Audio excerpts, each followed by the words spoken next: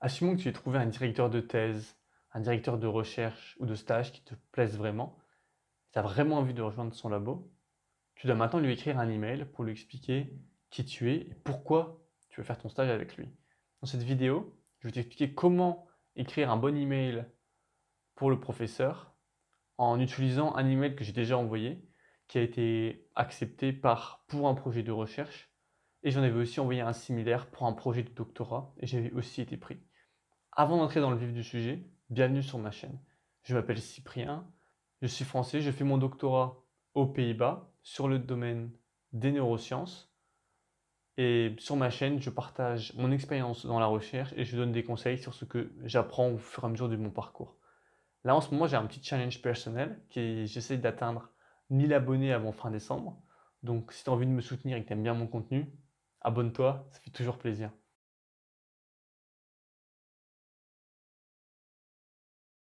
Donc, dans cette vidéo, comme j'ai mentionné avant, je vais présenter un email que j'ai écrit.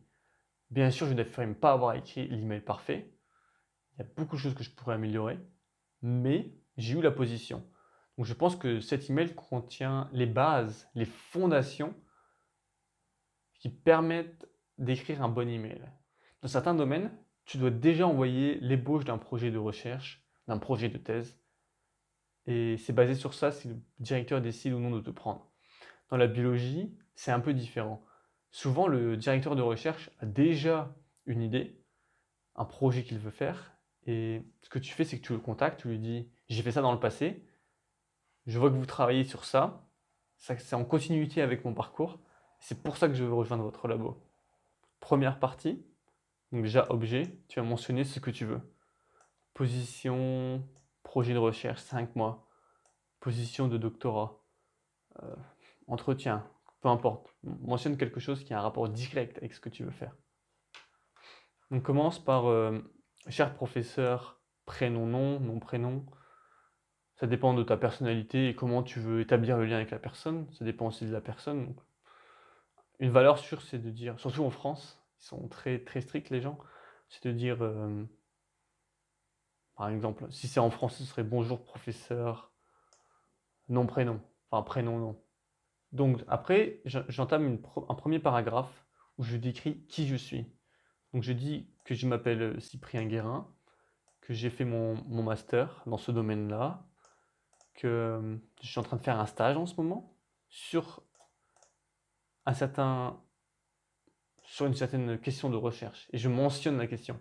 Pourquoi j'ai fait ça? Parce que cette personne, la personne que j'ai contactée, travaille sur un domaine similaire. Donc, en lisant ça, elle va se dire, ah, je travaille aussi sur ça. Donc elle va être plus enclin à être intéressée. Je dis que j'aime bien ce que je fais, que j'ai écrit le premier brouillon de mon article, donc ça c'est en train de... Donc là je dis tout de suite grosse valeur, je vais avoir une publication en premier auteur, alors que je suis seulement en master 1 à ce moment-là. Après je mentionne que j'ai suivi un cours pour travailler avec les animaux. Donc ça c'est important parce que on ne peut pas toujours faire des expériences sur les animaux quand on est master, on doit suivre un cours. Donc là, en l'occurrence, elle va tout de suite se dire, ah, il a pu faire du travail, il a pu pratiquer pendant son master. Donc mentionne tes études, tes projets de recherche, le titre du projet s'il est lié avec le professeur, et tes accomplissements grâce au projet. Publication, est-ce que tu as fait une conférence, ce genre de choses. Puis décris ta situation et ce que tu cherches dans le futur. Donc là, grâce à mes notes, j'ai pu faire un stage en plus, et je donne les dates de quand à quand je voudrais faire ce stage. En l'occurrence, si c'est un doctorat, c'est différent, tu dis qu'après ton master, tu cherches un doctorat. Et tu aimerais bien continuer à travailler dans les maladies, donc j'aimerais bien travailler et continuer dans ce domaine, euh, car j'ai écrit beaucoup de rapports et j'ai fait beaucoup de présentations sur euh, l'inflammation, le cerveau, le neurodéveloppement, et j'aimerais bien continuer à travailler dans ce domaine.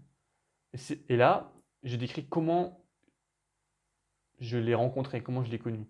Donc là, à l'occurrence, je l'ai découverte lors d'une présentation qu'elle a fait, qui est sur YouTube, sur Fondamental Conférence. Et après, du coup, j'ai cherché son groupe de recherche et j'ai vu un article qu'elle a travaillé sur lequel que j'aimais bien. Et j'aimerais bien travailler sur un truc similaire. Je dis que j'aime bien son travail. Donc, tu décris comment tu as trouvé son labo, sur YouTube, à une conférence, sur Google. Est-ce qu'elle t'a été recommandée par quelqu'un? parle un peu de sa recherche, de ce que tu aimes et dans quoi tu aimerais travailler. Donc c'est important, tu dois parler de ce qu'elle fait. Sinon, ça fait genre copier-coller. Tu dois rendre le mail unique. Tu dois lui dire, votre recherche, c'est l'avenir, c'est le futur. C'est grâce à vous qu'on va soigner la dépression. C'est grâce à vous qu'on va trouver le remède contre le coronavirus. Tu vois ce que je veux dire? Tu dois dire que cette personne-là, ce qu'elle fait, ça a de la valeur. Tu dois lui donner de la valeur. Tu dois la flatter. Et c'est pas juste de la flatterie fausse. Ça doit être quelque chose que tu penses vraiment avec ton cœur. Tu dois vraiment vouloir rejoindre ce labo, car ce qu'ils font est extraordinaire. Après, j'explique dans le prochain paragraphe pourquoi est-ce que j'envoie ce mail.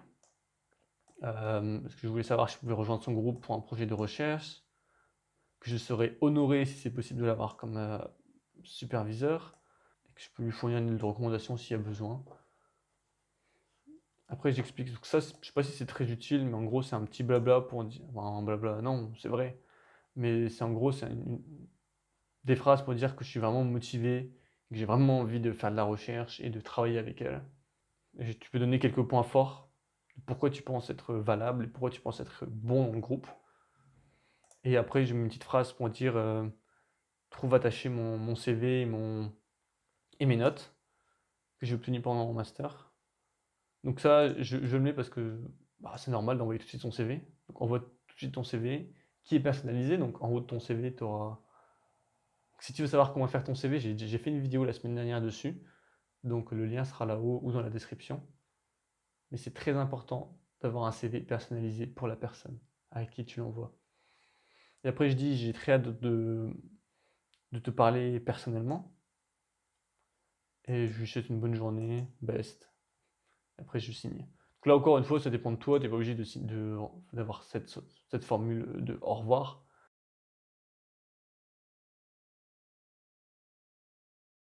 En général, je pense que ma lettre, elle est peut-être un peu longue, parce qu'elle a quand même dû lire tout ça pour se dire. Donc j'aurais pu faire plus court. Et bien sûr, les possibilités, les variantes de cette lettre sont énormes. Tu peux commencer en première phrase, dire ce que tu cherches clairement. Je cherche un stage de 6 mois, je cherche un doctorat, blablabla. C'est à toi de voir, mais c'est bien de le redire, même si tu le mets déjà dans l'objet. Donc à toi de voir. Donc j'espère que cette lettre va t'aider.